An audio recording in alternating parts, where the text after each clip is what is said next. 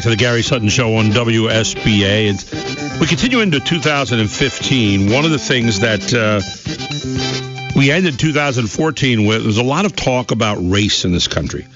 We continue to see the demonstrations.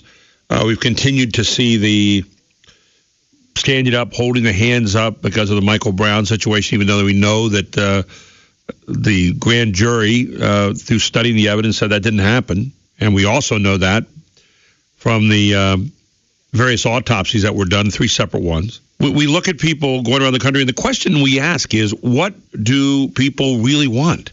Are we really in a situation as we were 40 or 50 or 60 years ago where people really were being discriminated against, which was wrong? And there were people who marched at that time, Dr. King and others who marched at that time, who stood up and got a lot of that changed. And the attitudes have changed markedly in the country. And yet now there is this feeling of distrust that seems to be sown out there to see what kind of fruit it will bear. With us this morning, the man who has very definite feelings about this, Reverend Steven Louis Craft.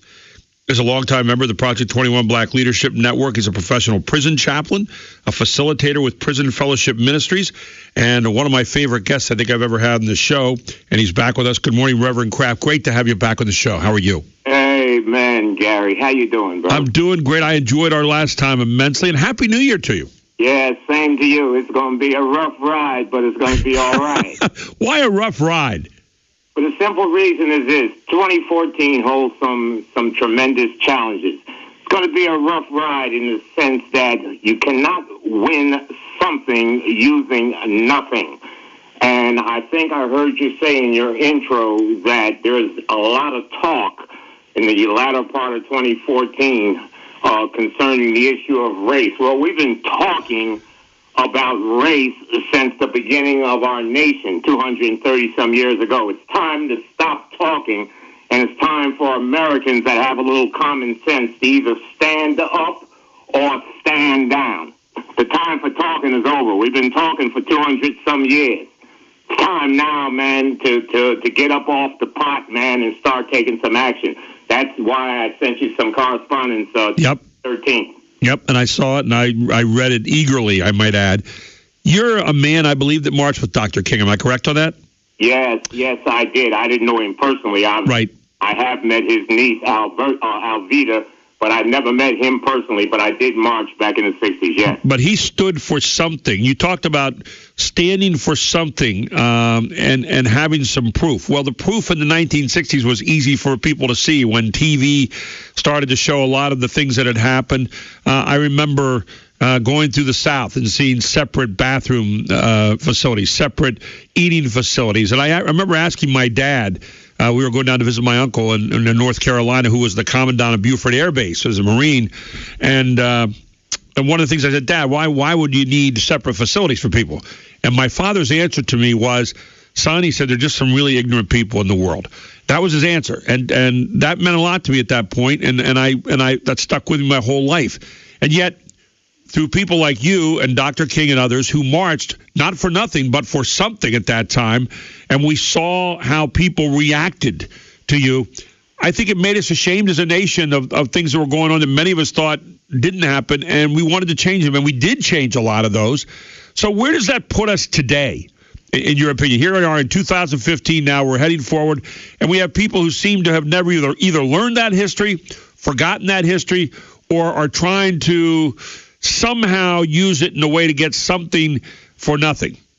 Well, first of all, we're dealing, number one, with a total different generation, Gary. We are. We're dealing with a generation that, number one, some people call them low information voters.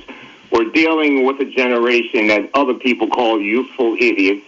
We're dealing with a generation, the Bible says that my people are destroyed for lack of knowledge, and because they reject knowledge, God says, I have rejected them. We have to get to the place in America that we stop using terms like left versus right, conservative versus liberal. The truth of the matter is we have to start using more truthful terms like right versus wrong, responsibility versus entitlement. And urban radio is a vehicle that most common sense conservative people refuse for whatever reason to take advantage of. I've said it for years. I've shared it with you, and I'm still open to a conversation at a time that you and I can sit down and talk. I have some definite ideas as a American that loves my nation, that has been in the front lines of battle, especially having worked in a penitentiary, and know that we're dealing with a generation of very angry people, number one. We're dealing with a generation of people that are easily manipulated through social totalitarianism. We're moving into a place where if we people who love God and who have common sense don't stand up rather than stand down, we're going to have a total police state in America. Since you and I spoke on the last show, as you probably know, we had two officers, I knew one of them personally, in New York City, assassinated point-blank range a few days after that chant went out. What do we want? Dead cops. When do we want them? Now. Yeah. Days later, boom. What did we get? 2 dead police officers. One of the officers, and neither one of those officers was Caucasian. One was Hispanic, one was Asian.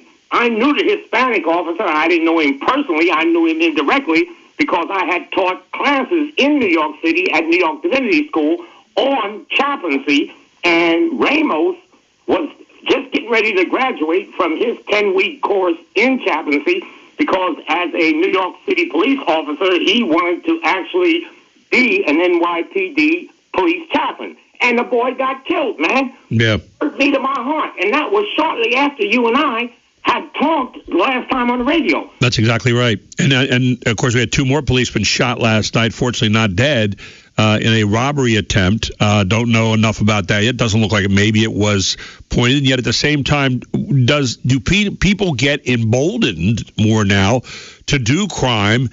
For example, many are saying in New York that the police are backing off certain things that they might have made arrests on before, and slowing things down a little bit and just going after the most heinous things. Do we? I mean, the whole idea of watering down their authority in the name of the community, that can't possibly be good for a country. Of course not. And that's Gary. You hit the nail directly in the center of his head, man. You hit it, brother. That's exactly the bigger agenda. Do you see what's happening here, man? And it's going to happen across the nation. No one's going to be safe. Let me tell you something. The Marxists know that they must close down every avenue of opposition and dissent. Once they accomplish that, then, man, the only means that people have, once dissent is shut down peacefully, is violence. Once violence takes over all over America, what happens, man? That gives our lawless federal government the quote-unquote authority to then bring in martial police law and lock the whole nation down. We saw the dry run of that with the Boston Marathon incident. Right. We've got, Gary, I can't emphasize it strong enough, man, to your listeners. We have to stop talking, man, and we have to, man, push back.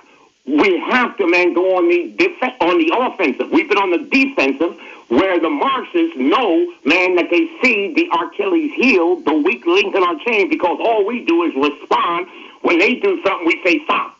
Then they do something else, we say stop, stop. And then they do something else, and we say stop, stop, stop. That's nonsense, man. What we have to do is we have to take the argument to them. We have to frame the argument. We have to say, for example, when they come up with nonsense, we have to say, look, this is a great country. Shut up, man, or get out of Dodge, man. What you here for? You're here for a big agenda to start some mess in order to bring forth a bigger agenda, and you're using the Marxist and communist organizations in America to do it. It's time, man. You're in an excellent position as a radio talk show host on live radio to get somebody in there. I've done radio. I just need the opportunity to get on the air in these urban stations and pump this thing 5 days a week, 2 or 3 hours a day, and get live so that people have to call in. And once you hear what they're saying, then you can start unpacking some of this stuff. Yeah, you know, and one of the things you said is so true. We're talking again with Reverend Steven Louis Craft this morning, who's a longtime member of the Project 21 Black Leadership Network. You know, one of the things someone came up to me the other day and they said, I want to thank you for speaking for us.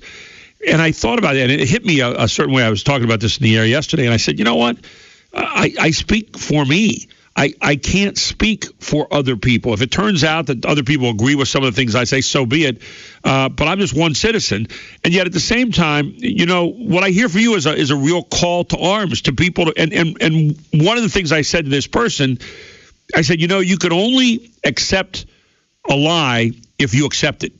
You can only take a lie. You can only buy it and give it credence if you accept it. If you educate yourself, if you arm yourself with truth, if you manage to look around like the other person is not, if you're not just tied to a certain dogma, but you look at what is right out there and you're not afraid to see the ugly and the good, you're going to be equipped. And then you come back at them and say, no, that's not true.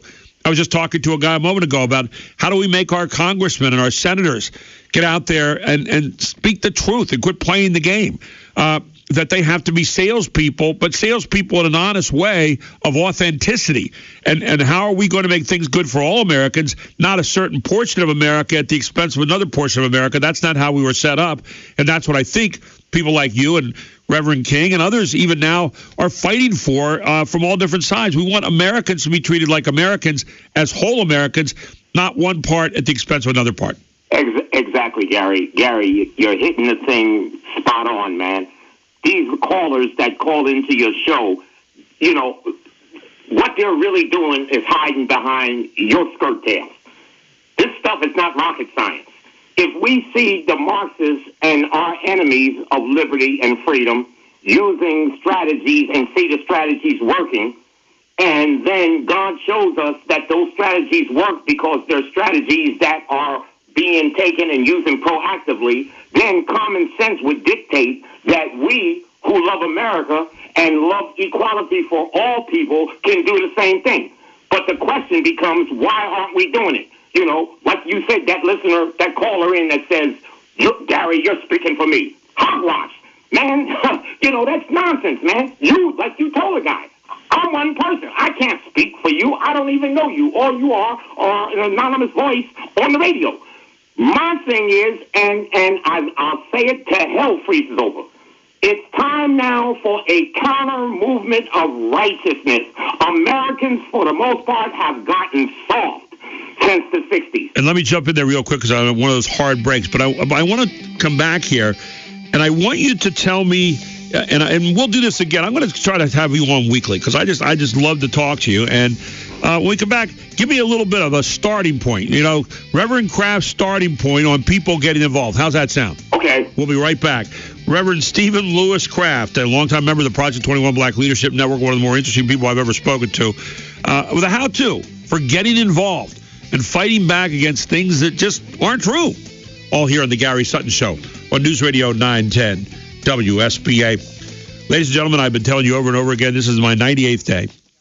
I've lost now, 73 pounds as of this morning. My wife has lost 31 as of this morning. How have we done it? We went to Trimline. Trimline, when we talked to them about a diet, they said, no diet. We don't do diets here. Diets have a beginning and an end. This is a weight loss program where we sit down with you, we look at your life, we lay out a program, then there's one-on-one counseling every week. We take the time to make sure that every week we're keeping you on track. We'll help you plan out through tough situations. Are you going to parties that week? You have to go out of town? Do you have to eat at a different time? We'll help you to plan all that, and they do. And the result is we're on our way right now to being where we want to be as far as weight loss, but also feeling better. My joints, everything about me feels better. I want to go work out every day after the show. I'll be doing another 45-minute workout in the pool. I do it daily. Trimline has given me a chance to get my life back. Ladies and gentlemen, if you sit down and you say, I can't do this, I can't lose the weight, or you're feeling uncomfortable, you're here in a new year and you say, man, I gained all this weight during the holidays, now is the time to get back into it. There's no magic pill. You can look at all these easy things. They say, take a pill and forget it. I've done it all. Trimline is a day-by-day effort with the horizon out there that is bright for you, and I can tell you right now it is bright. And even some days where I get a little bit down about it, I still know I'm doing the right things. I'm getting control of my life. Why don't you take the same opportunity to do it right now? Give them a call, 737-4292. 737-4292. They've got centers on the east and west shores of Harrisburg, just off the Centerville Road in Lancaster, and proudly now right here in York, 2343 South Queen Street, where you can also call them at 747-8888, or you can go online at mytrimline.com. Call them now. Get started. It is easy, and tell them Gary Sutton sent you. They know my story. 737-4292. Get ready to go with Trimline. Welcome back to the Gary Sutton Show. Reverend Steven Louis Craft is a longtime member of the Project 21 Black Leadership Network, a professional prison chaplain and the facilitator with Prison Fellowship Ministries, and a very special guest here on our show.